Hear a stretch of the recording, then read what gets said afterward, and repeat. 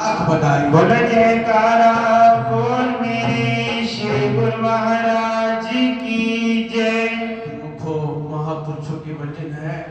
कबीर संगत साध की साहिब आवे याद, लेखे में सोई घड़ी बाकी दिन बर्बाद। लेखे में सोई घड़ी बाकी दिन बर्बाद। जब हमें संतों का संग मिलता है, महापुरुषों की सोबत संगत मिलती है, तो प्रभु परमात्मा की याद आती है।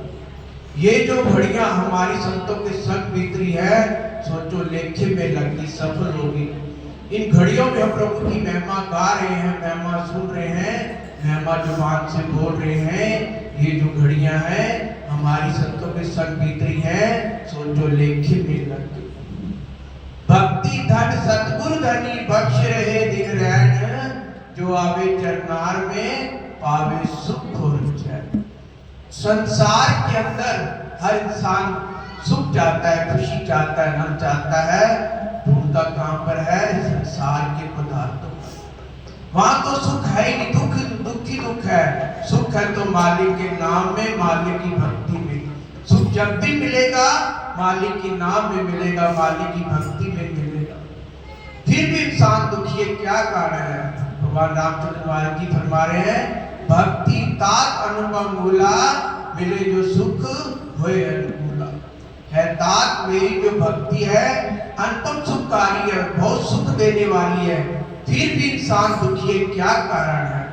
जब तक इंसान को दुखों के कारण का पता नहीं चलेगा, तब तक दुखों से छुटकारा पा नहीं सकता। दुखों से छुटकारा कब मिलेगा? जब भक्त के महापुरुषों की चरण शरण में आएंगे, उनसे नाम दीक्षा लेंगे, की सेवा करेंगे, फिर हमें दुखों के कारण का पता चलेगा। भक्ति तात अनुपम मूला, मिले जो सुख होए अनुकूला। हमें जब भी सुख मिलेगा तो महापुरुषों के चरणों में मिलेगा। आप देखो कितने भाग्यशाली हो, मुझे भाई जी ने कृपा की, कितनी खुशियां छा गई, कितना आनंद मिल रहा है। सुख है तो महापुरुषों के चरणों में। वस्तु कहाँ ढूंढे कहाँ, कई विधि आवे हाथ, कहे दास पाइए जब भेदी लीजिए साथ। भेदी कौन है? भक्त के महापुरुष हैं, जो हमें चिताते हैं कि नाम की कमाई कर लो, नाम की कमाई कर लो। हम जी कहते हैं हमारे पास समय नहीं है। अब इंसान को कपड़ा चाहिए, चला जाए सब्जी की दुकान पे, क्या उसको सब्जी की दुकान पे कपड़ा मिलेगा? कभी। सब्जी की दुकान पर जाएगा तो सब्जी मिलेगी, कपड़े की दुकान पर जाएगा तो कपड़ा मिलेगा। इसी तरह इंसान को यह ज्ञान होना जरूरी है कि संसार का सुख कहां पर है? वो है महापुरुषों के चरणों। साध संगत में चांदना सकल अंधेरा, और सहजो दुर्लभ पाइए सत्संगत में ठोर। ठोर है तो महापुरुषों के चरणों में है, रोशनी है तो महापुरुषों के चरणों में है। संसार में तो अंधेरा ही अंधेरा है। जब हमें संतों का संग मिलता है तो हमें प्रभु परमात्मा की याद आती है। ये जो भक्ति में हमारा समय व्यतीत हो रहा है, सोचो लेखे में लग गया। जब हमें सत्संग की घड़ियां मिलती है तो मानो हमारा जीवन सफल हो गया।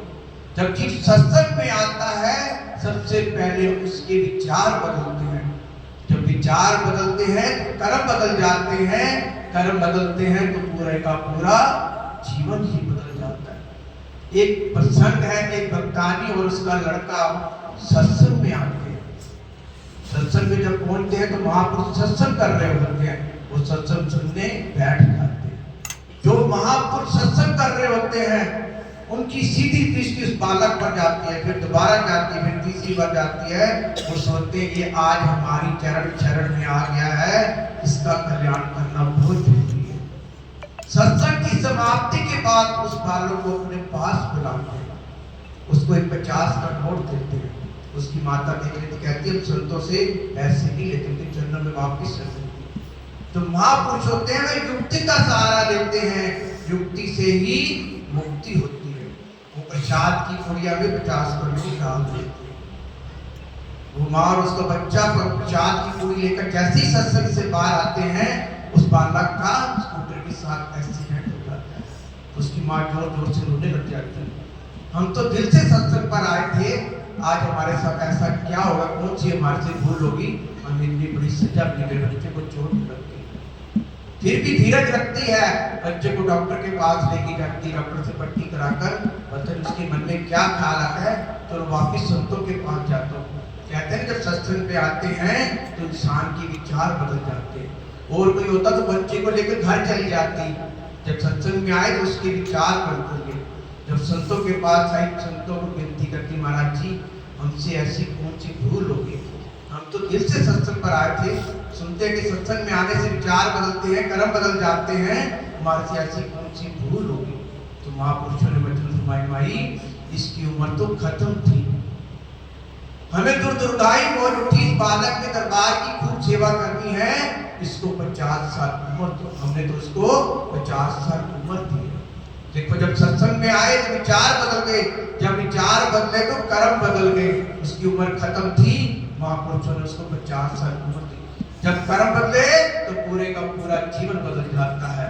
तो महापुरुष हमें बार बार बताते हैं कि संसार के जीवो सत्संग में आया करो, सत्संग में आने से विचार बदलते हैं। अब आप भी अनुभव करो, आप घर से चलने से पहले सबके मन में कितनी उथल पुथल चल रही होगी, जाए ना जाए, ये काम ना पीछे रह जाए, वो ना हो जाए। जब यहाँ पर आए, परमहंसों के दर्शन की, दरीज पर मत्था टेका, मुझे बाजी के दर्शन किए, तो विचार बदल गए ना। तो इसलिए महापुरुष बार बार इंसान को जगती प्रदान करते हैं कि संसार के जीवों सत्संग में आए। सत्संग में आने से विचार बदलते हैं, कर्म बदल जाते हैं, पूरे का पूरा जीवन बदल जाता है।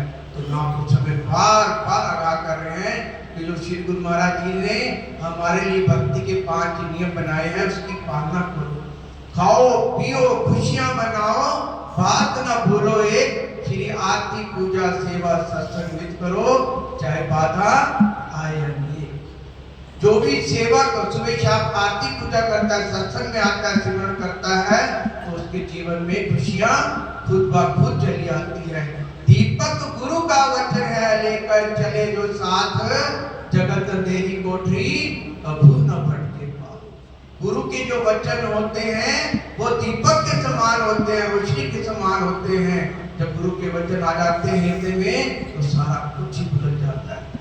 जैसे एक मुसाफिर रात्रि में सफर कर रहा हो, उसके पास रोशनी का साधन ना हो, तो उसको गिरने का डर भी है, मंजिल से भटकने का डर भी है, ठोकर लगने का डर भी है। लेकिन आज हमें भागों से श्री अनंतपुर दरबार की चरण शरण मिल गई है, मुझे बाजी मिल गए हैं, संतों का संग मिल रहा है, तो हमें क्या मिल गया, रोशनी मिल गई। रोशनी क्या है, जो भक्ति के 5 नियम श्री सतगुरु दाता दयाल जी ने हमारे निर्धारित किए हैं। 2 घंटे भजन, जब हम 2 घंटे भजन करेंगे तो मानो हमें रोशनी मिलेगी, रोशनी के सारे ही हमारा जीवन सारा का सारा बदल जाएगा। तो महापुरुषों ने इतनी रहमत की, कृपा की है, ये जगह जगह पर आश्रम बनवा दी, किस लिए बनवाया है, हमारे जीवन के कल्याण की खातिर संतों को भेजा अपने रूप में कि हमको मार्ग दिखाएं अपना। तो हम संतों की आज्ञा पर चलते हुए अपने सतगुरु दाता दयाल जी की रहमत भी प्राप्त करें, अपना लोक भी सेवा करें, लोक सेवा करें, और महापुरुषों की खुशियां हृदय में बसाते हुए अपना जीवन भी सफल बनाएं। बोलो जय कारा।